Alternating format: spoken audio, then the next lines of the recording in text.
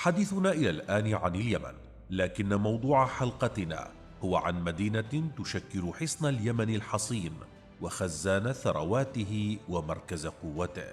إنها مأرب، أقدم مدن اليمن في التاريخ والمتحكم بمصيره في المستقبل، أهم مدنه وعاصمته الثالثة وخزان ثرواته من النفط والغاز.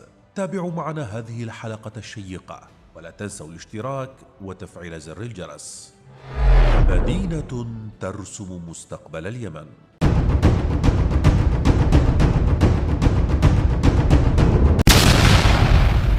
السلام عليكم. لا تنسوا الاعجاب بالفيديو والاشتراك في القناة تشجيعا لنا لنستمر بنشر المزيد إن شاء الله.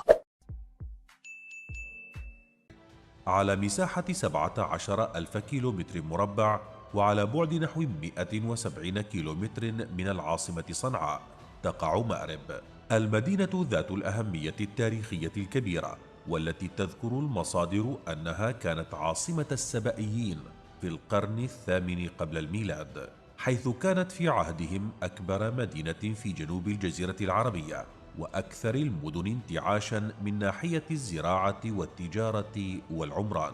أيضا كانت لمأرب أهمية تجارية كبيرة بسبب وقوعها على طريق القوافل التجارية، إذ كانت الوسيلة الوحيدة لنقل بضائع الهند والصين وفارس إلى أوروبا من شواطئ البحر الأبيض المتوسط في الشمال والعكس. وازدادت أهميتها مع وجود سد مأرب فيها، والذي ضاعف مكانتها الزراعية. ولم تقتصر الأهمية على الزراعة والتجارة والموقع الجغرافي فحسب، بل تمتلك هذه المدينة أهمية استراتيجية كبيرة بسبب غناها بالنفط والغاز. تتألف مأرب من 14 مديرية، وتتميز بتركيبة اجتماعية فريدة، إذ تعيش فيها تجمعات قبلية ذات جذور تاريخية مختلفة، أهمها قبيلة عبيدة أبراد من مراد، وقبيلة آل الذوي من بكيل، وقبيلة الأشراف. بينما تتمركز قبائل الجدعان في الجبهة الغربية للمحافظة بصرواح، التي تعد أبرز المدن في مأرب. ويتردد هذا الاسم كثيرا في اليمن، الذي يضم 3 أماكن تحمل هذا الاسم، أهمها صرواح خولان العالية، وهي مدينة أثرية مهمة تبعد عن صنعاء 120 كيلومتر شرقا، وتقع تحديدا على جانب واد يحمل اسمها، وهو الوادي الذي أقيم عليه سد مأرب. أهمية تاريخية عظيمة. مأرب مدينة تاريخية ذات أهمية كبيرة جدا، إذ تزخر بمخزون تاريخي عظيم يضم مواقع قد يصل عددها إلى 300 موقع أثري تقريبا. تعاقبت عليها 4 حضارات قديمة، هي سبأ ومعين وحمير وقتبان. ومن هذه المواقع الأثرية المهمة سد مأرب وعرش بلقيس ومسجد النبي سليمان ومدينة براقش، إضافة إلى آثار قصر سلحين المطمور أسفل المدينة الحديثة، وآثار مدينة صرواح، خاصة النقش التاريخي المعروف بنقش النصر. أيضا من المدن التاريخية العريقة في مأرب نذكر مدينة براقش التاريخية، التي تعد من أهم المعالم السياحية في هذه المدينة، حيث إنها تقع فوق تل مرتفع، وهي محاطة بسور يصل ارتفاعه إلى 8 أمتار. في مأرب يوجد أيضا عرش الملكة بلقيس، الذي يقال إن بناءه يعود إلى عهد الملكة بلقيس التي حكمت مملكة سبأ في القرن العاشر قبل الميلاد. ويعتبر هذا المعلم من أبرز المواقع التاريخية في مأرب، ويطلق عليه اليوم اسم العمائد. أيضا تعرف مأرب بسدها المهم المسمى باسمها، ويعرف بأنه معجزة تاريخ شبه الجزيرة العربية بحسب وصف الباحثين له، فهو أقدم السدود المائية ليس في اليمن فقط بل في العالم كله، إذ تم إنشاؤه في بداية الألفية الأولى قبل الميلاد.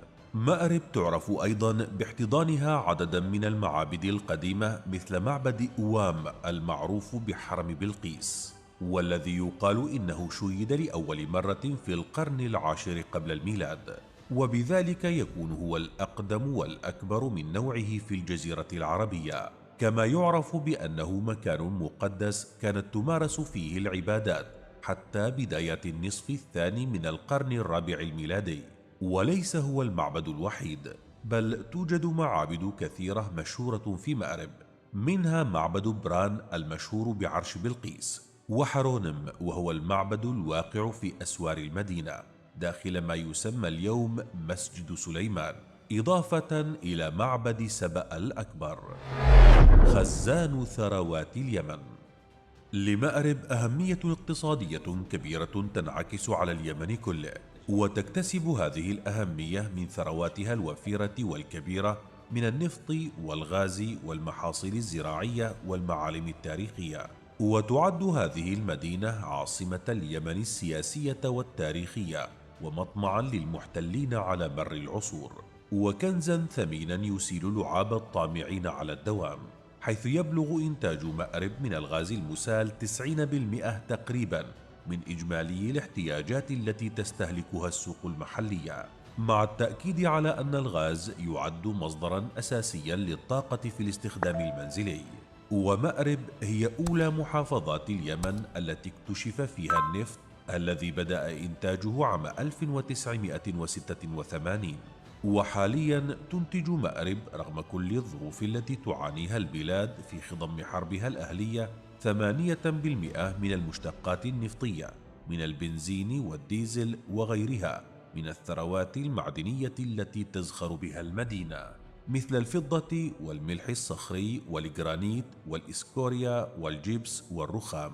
ومن أبرز الشركات في اليمن توجد شركة صافر لعمليات الاستكشاف والإنتاج، التي تم تأسيسها عام 1997 بوصفها مشروعا وطنيا لاستخراج النفط والغاز في اليمن والتنقيب عنهما، وسميت نسبة إلى حوض منطقة صافر الذي يختزن كمية وافرة من الغاز الطبيعي والغاز المصاحب للنفط.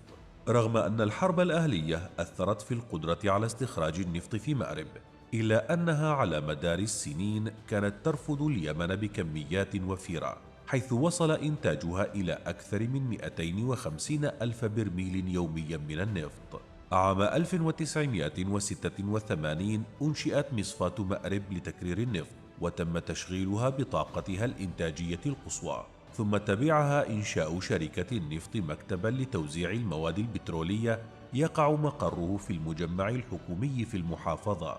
كما تم تأسيس مشروع مد أنابيب النفط من صافر إلى رأس عيسى على البحر الأحمر بطول 432 كيلومترا، والذي بات مسؤولا عن تصدير النفط والغاز للخارج لسد احتياجات المنطقة الواقعة ضمن النطاق الجغرافي الذي يتولى مسؤولية تموينها، والذي كان يضم مأرب والجوف وجزءا من محافظتي صنعاء وشبوة. وعد عن النفط والغاز، فإن مأرب تعد ثروة زراعية كبيرة، حيث تعتبر منطقة زراعية خصبة تضم الكثير من الوديان مثل وادي عبيدة ووادي حريب ووادي مأرب وغيرها. كذلك تحتل مأرب المرتبة الثالثة من بين محافظات الجمهورية في إنتاج المحاصيل الزراعية بنسبة 7.6% من إجمالي إنتاج المحاصيل الزراعية، بعد محافظتي الحديدة وصنعاء. وأهم محاصيلها الزراعية الفواكه والحبوب والخضروات. كذلك تنشط فيها تربية النحل في مزارع تنتج كميات كبيرة من العسل بأجود الأصناف. إنها مأرب عاصمة اليمن الثالثة، أحد أقدم مدنه، منبع ثرواته وخزان كنوزه، أهم مدنها صرواح وبراقش، وأهم آثارها عرش الملكة بلقيس ومعبد حرونم المعروف بمسجد سليمان، ومعبد سبأ الكبير، إضافة إلى سد مأرب العظيم، أقدم سد بالعالم كله ومعجزة اليمن الكبرى. في مجال البترول نمت شركة صافر في مأرب وترعرعت فيها، حتى باتت المصدر الأكبر والناقل الأهم للغاز والنفط من مأرب إلى اليمن، بل وخارج اليمن. فما رأيكم بهذه المدينة؟ وهل تستحق لقب حصن اليمن ومنبع ثرواته؟ إذا أحببتم تنوع المحتوى لدينا، لا تنسوا الاشتراك في القناة وتفعيل الجرس لتكونوا أول من يشاهد فيديوهاتنا القادمة.